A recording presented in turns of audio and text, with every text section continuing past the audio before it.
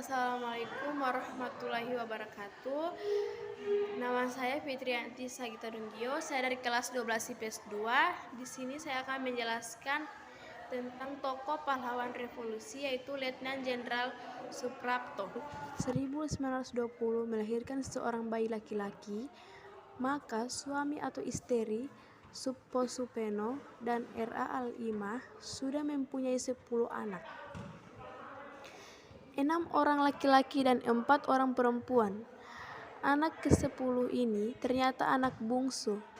Sebagaimana lazimnya anak bungsu, maka Suprapto, demikian nama anak itu, memperoleh limpahan kasih sayang dari kedua orang tua dan kakak-kakaknya.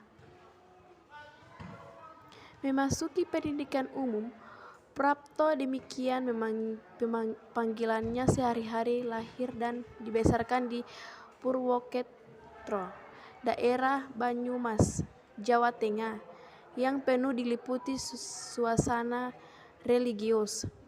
Suasana itu jelas mempengaruhi watak Suprapto. Pengaruh itu semakin diperbesarkan oleh contoh yang di setiap hari diperlihatkan orang tuanya dalam menjalankan ibadat Islam.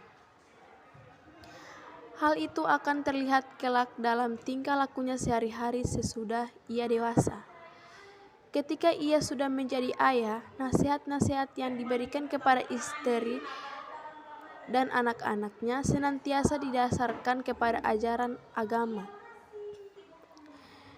Ia mendirikan dan membina keluarganya supaya selalu bersikap sabar, tawakal, dan menyelenggarakan segala sesuatunya kepada Tuhan yang Maha Kuasa. Kita semua harus percaya kepada Tuhan, sebab Tuhan itu adil. Ajaran-ajaran agama itu membentuk Suprapto menjadi seorang yang berwatak lembut. Kelembutan itu diperoleh oleh bakat seni yang dimilikinya.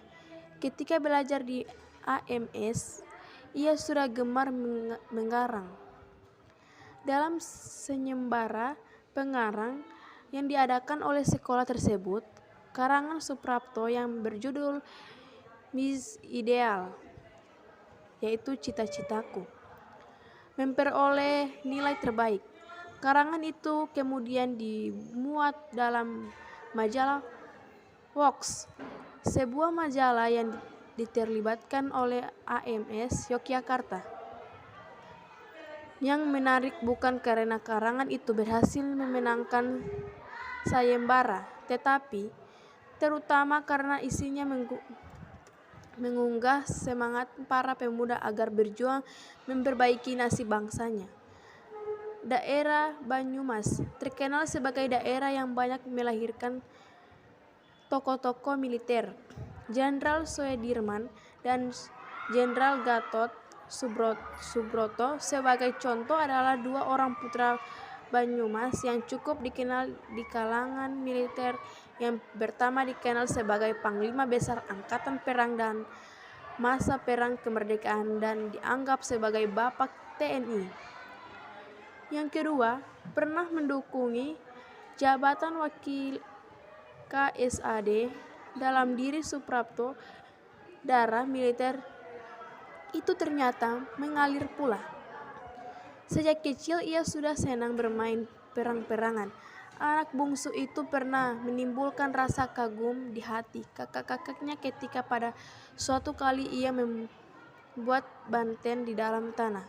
Banten itu digunakan untuk bermain perang-perangan.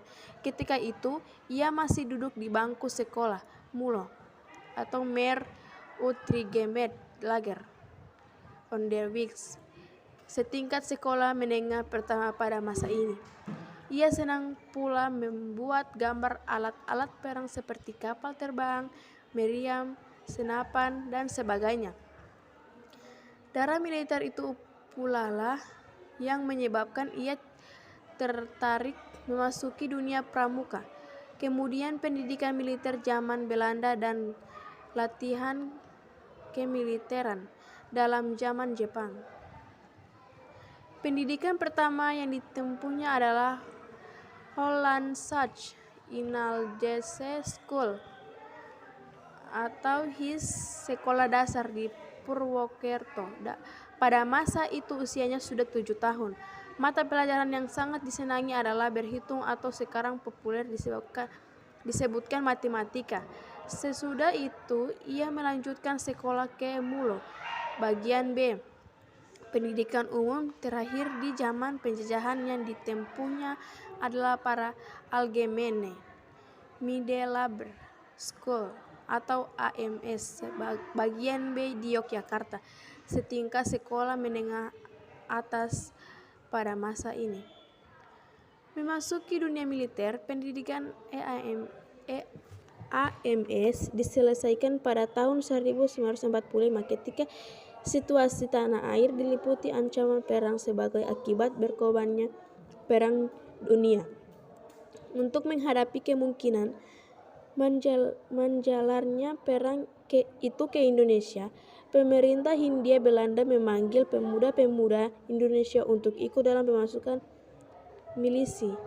Pada mulanya maksud untuk membentuk pasukan milisi itu kurang begitu disetujui oleh kalangan pergerakan nasional, terutama mengenai apa yang sesungguhnya harus dibela oleh para pemuda Indonesia. Demikian hasil dari saya. Jika ada kesalahan mohon maaf. Wabillahi taufiq walhidayah. Wassalamualaikum warahmatullahi wabarakatuh.